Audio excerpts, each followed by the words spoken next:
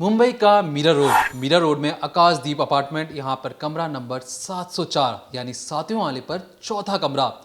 इस कमरे से भयंकर बदबू आ रही थी। पड़ोसी परेशान थे, लेकिन कई दिनों के बदबू से परेशान जब पड़ोसी ने दरवाज़ा खोला तो उनके होश फाख्ता हो गए, क्योंकि अंदर से मिले लाश के वो छोटे छोटे टुकड़े जिन्हें कुकर में बकायदा पकाया जा रहा था। कुछ हिस्सों को बॉयल भी किया जा रहा था।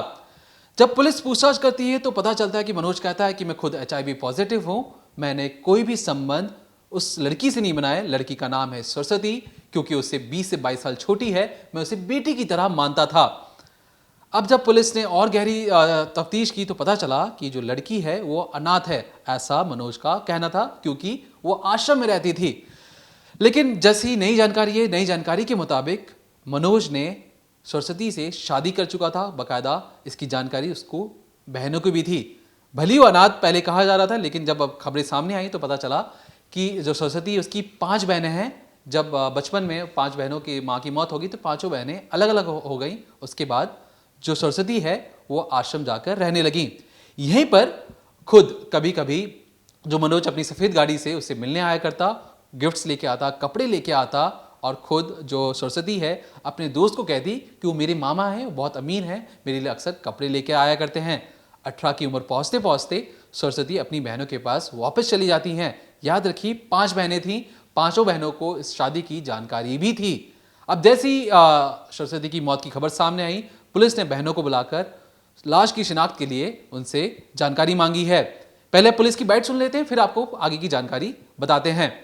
नया नगर पुलिस स्टेशन के जुडिक्शन में जो मर्डर का मामला दर्ज है, इसमें मनोज साने एक्यूज्ड है, और सरस्वती वैद्य जो डिसीज्ड है, एक लेडी है, उसके आज रिलेटिव की पहचान करने में अपनी पुलिस टीम सक्सेसफुल रही है।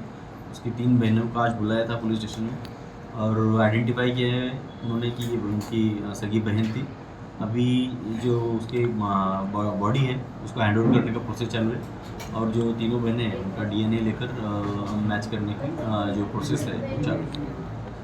और इन्होंने शादी किया था और बहनों को भी बताया था कि ऐसे ऐसे हमने शादी की है, पर इनके एज डिफरेंस का गैप की वजह से ये किसी को मतलब बाहर ऐसा खुल के नहीं कभी बताया कि इन्होंने इन लोगों ने शादी किया था, और ये एक मंदिर में शादी किया था। ये भी इन्वेस्टिगेशन में रिव्यू हुआ है। तो जैसा कि पुलिस ने बताया कि ये शादी हो चुकी है, और मनोज पहले ये कह रहा था कि देखिए मैं उसको बेटी की तरह मानता हूं, मेरे ऐसा कोई संबंध नहीं है, बजाय कि हम दोनों एक दूसरे से बहुत प्यार करते थे, ऐसा। और ये जो HIV वाली बात है, मनोज का कहना है कि 2008 में उसे कोई चोट लगी थी। जब वो अस्पताल में गया तो ट्रीटमेंट के दौरान उसे गंदा खून चढ़ाया गया।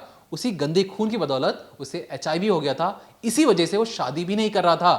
पुलिस को इसने पहली जानकारी दी। उसने आगे ये भी कहा कि देखिए सरस्वती को मैंने नहीं मारा है, उसने पेस्टिसाइड खाकर सुसाइड करने की कोशिश की है। उसके बाद किसी को शक ना जाए, इसलिए मैंने उसे कटर से काट काट कर पहले कोशिश की कि किसी को ये चीज़ें पता ना चले।